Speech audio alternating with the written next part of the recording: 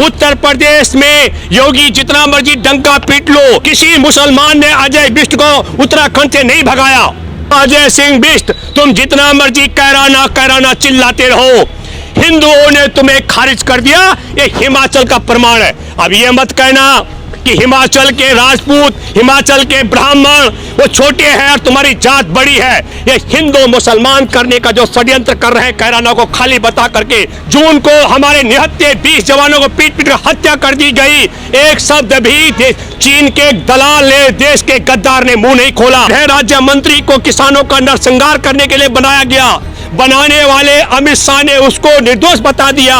एक व्यक्ति कह रहा है कि चीन कब्जा करके नहीं बैठा, उसका नाम है नरेंद्र मोदी। मैं झूठा, रक्षा मंत्री झूठा, देश के सेना के आला अधिकारी झूठे। और आज मैं आपसे बात करूंगा, आपको याद दिलाता हूं, जब जब उत्तर प्रदेश में चुनाव आते हैं तो कैराना में पलायन का मामला उजागर हो जाता है।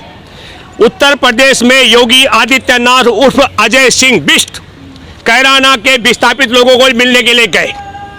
मैं आपके माध्यम से एक बात दावे के साथ कह सकता हूं, राजधानी दिल्ली को यदि मिनी बिहार कहा जाए तो अतिशयोक्ति नहीं है। बिहार के लाखों लाख नहीं करोड़, मैं कहता हूं लाखों लाख लोग दिल्ली के अंदर है। मिनी पूर्वांचल कहा जाए तो पूरा उत्तर प्रदेश के लाखों लाख लोग हैं। मिनी हरियाणा कहा जाए, मिनी पंजाब कहा जाए, मिनी उत्तराखंड कहा जाए। मैं आपके माध्यम से एक बात कहना चाहता हूं, अजय सिंह बिष्ट उर्फ योगी आदित्यनाथ, यदि तुम पलायन के खिलाफ हो तो मैं भूपेंद्र रावत चुनौती देता हूं, जिस गांव में तुम जन्मे हो उस गांव में अपने गांव की 10% आबादी अपने गांव में बता दो अजय सिंह बिष्ट, मैं मान जाऊंगा कि कैराना के लोग गलत पलायन किए हैं। पलायन 3 किस्म से लोग करते हैं, एक रोजी रोटी के लिए, दूसरा शिक्षा के लिए और तीसरा स्वास्थ्य सुविधाओं के लिए। मैं आप देशवासियों, मैं अजय सिंह बिष्ट के गांव जाऊंगा टीवी और कैमरे लेकर के और पूरी पोल खोल करूंगा। जिस गांव में ये जन्मा है वो गांव कितना खाली और वीरान हो चुका है, ताकि आपको समझ आ जाए। उस गांव में कोई मुसलमान नहीं है जहां अजय बिष्ट पैदा हुआ था। किसी मुसलमान ने अजय बिष्ट को उत्तराखंड से नहीं भगाया। और हिंदू मुसलमान करने की बात करते हो, हिमाचल में 97% हिंदुओं की आबादी है। उत्तर प्रदेश में योगी जितना मर्जी डंका पीट लो और 97% आबादी जिस हिमाचल में हिंदुओं की है, वहां उपचुनाव में 1 लोकसभा और 3 विधानसभा में इनके उम्मीदवारों की छुट्टी कर दी गई है। इसका मतलब सुन लो अजय सिंह बिष्ट, तुम जितना मर्जी कैराना चिल्लाते रहो, हिंदुओं ने तुम्हें खारिज कर दिया। ये हिमाचल का प्रमाण है। अब ये मत कहना कि हिमाचल के राजपूत, हिमाचल के ब्राह्मण वो छोटे हैं और तुम्हारी जात बड़ी है। जिस तरीके का हिमाचल का रुझान है, मैं दावे के साथ में कह सकता हूं, ये पूरे देश के लोगों को सोचना और समझना पड़ेगा। 97% आबादी है, वहां पर भारतीय जनता पार्टी की हार होती है। ये मैं बधाई देता हूं हिमाचल के लोगों को और देश के हिंदुओं को। और जो कहते हैं कि हिंदुओं की पार्टी है, उनको बताता हूं हिमाचल में खारिज हो गए। अब नया सवाल खड़ा हो रहा है। मैं आपको याद दिलाता हूं पेंटागन की एक रिपोर्ट, मैं फिर एक बार याद दिलाता हूं, मैंने बार बार बोला, मैं आज फिर रिपीट करता हूं। 2019 में अरुणाचल पूरब के सांसद भाजपा के, उसने कहा 50-60 किलोमीटर में अरुणाचल के अंदर कब्जा कर लिया चीन ने, लेकिन चीन का गद्दार मौन रहा। मैं आपको बताना चाहता हूं दूसरी बात, गलवान घाटी में 15 जून को हमारे निहत्थे 20 जवानों को पीट कर हत्या कर दी गई। एक शब्द भी चीन के दलाल ने, देश के गद्दार ने मुंह नहीं खोला। कहा कोई नहीं घुसा, कोई नहीं घुसाया, हमारी जमीन पर किसी का कब्जा नहीं है। और तीसरी बात, रक्षा मंत्री ने संसद के अंदर कहा 38,000 वर्ग किलोमीटर चीन का कब्जा है।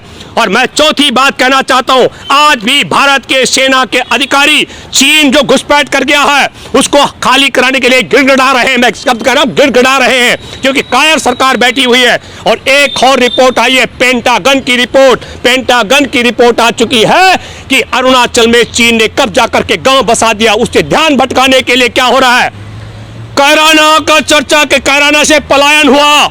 अजय सिंह बिष्ट, मैं चुनौती देता हूं, तुम्हारा गांव जहां पैदा हुए थे वो खाली हो रखा है, वीरान हो रखा है।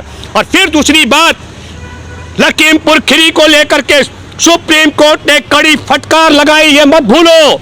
सुप्रीम कोर्ट ने कहा 2 प्रकार की एफआईआर है। एक, जो प्रदर्शन कर रहे किसानों का नरसंहार किया गया कुचल करके, और दूसरा जो आवेश में आकर राजनीतिक कार्यकर्ताओं को पिटाई की गई, उनका अलग अलग मामला है, और उसमें पत्रकार की भी हत्या कर दी गई। दोनों की खिचड़ी बनाई जा रही है। सुप्रीम कोर्ट भी, मैं ये कहना चाहता हूं, कल मैं दिल्ली में कराला गांव में था, शिक्षक परिवार, किसान परिवार का बेटा, उसने कहा भूपेंद्र रावत भारत के अंदर अशिक्षित व्यक्ति से लेकर के और पोस्ट ग्रेजुएट तक जानता है, साधारण क्लर्क से लेकर के सुप्रीम कोर्ट में बैठा मुख्य न्यायाधीश जानता है, हमारे देश में जब तक गृह राज्य मंत्री की कुर्सी पर अजय मिश्रा उर्फ टेनी रहेगा, तब तक किसी भी पुलिसकर्मी की जांच करने का हक और नहीं है। और गृह मंत्री अमित शाह ने ऐलान भी किया था, अपने साथ बाईं तरफ खड़ा करके मंच पर कहा कि कोई अपराधी नहीं है। ये सर्टिफिकेट भी गृह मंत्री की तरफ से दिया गया है। और मैं ये कहना चाहता हूं, किसानों को इनका एक सांसद है हरियाणा में, वो कहता है कि हम आंख निकाल देंगे, किसानों के हाथ काट देंगे, जीभ काट देंगे, गर्दन काट देंगे। उसी तरीके से जिस तरीके से अजय मिश्रा 7 जुलाई 2021 को किसानों का नरसंहार करने के लिए उसे गृह राज्य मंत्री बनाया गया, और उसने सितंबर में कहा, सितंबर के आखिरी में, कि मैं किसानों को 2 मिनट में निपटा दूंगा, और 3 अक्टूबर को किसानों का उसके बेटे से गाड़ी चढ़ाकर नरसंहार करा दिया। ये बात भी हमको याद रखनी पड़ेगी। हम सब किसान आंदोलन के लोग कह रहे हैं अजय मिश्रा उर्फ टेनी को कुर्सी से हटाया जाए। मैं बधाई देता हूं सुप्रीम कोर्ट के मुख्य न्यायाधीश की अध्यक्षता की बेंच को। उन्होंने कहा कि सुनवाई नहीं हो सकती है, इसके लिए हाई कोर्ट का सेवानिवृत्त जज सुनवाई करेगा। लेकिन फिर मैं आपके माध्यम से कहना चाहता हूं कि जिस गृह राज्य मंत्री को किसानों का नरसंहार करने के लिए बनाया गया, बनाने वाले अमित शाह ने उसको निर्दोष बता दिया। कौन पुलिस अधिकारी है कि कुर्सी पर रहते उसके खिलाफ जांच कर ले?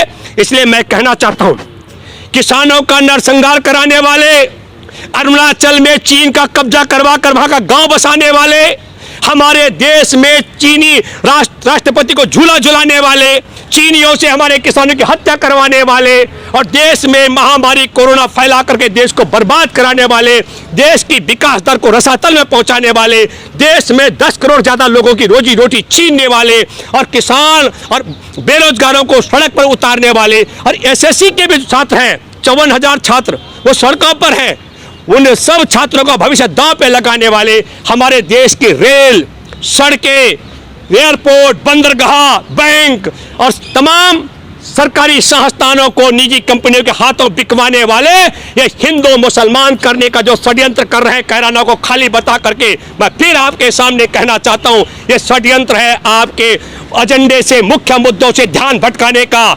हमारे देश के साथ में इनके होते हुए बेटियों का इज्जत सुरक्षा नहीं, हमारे रोजगार उद्योगपतियों का जीवन सुरक्षित नहीं, किसानों की दशा हम सबके सामने है कि सड़कों पर किसान मर रहे हैं, 700 से ज्यादा जान चली गई है।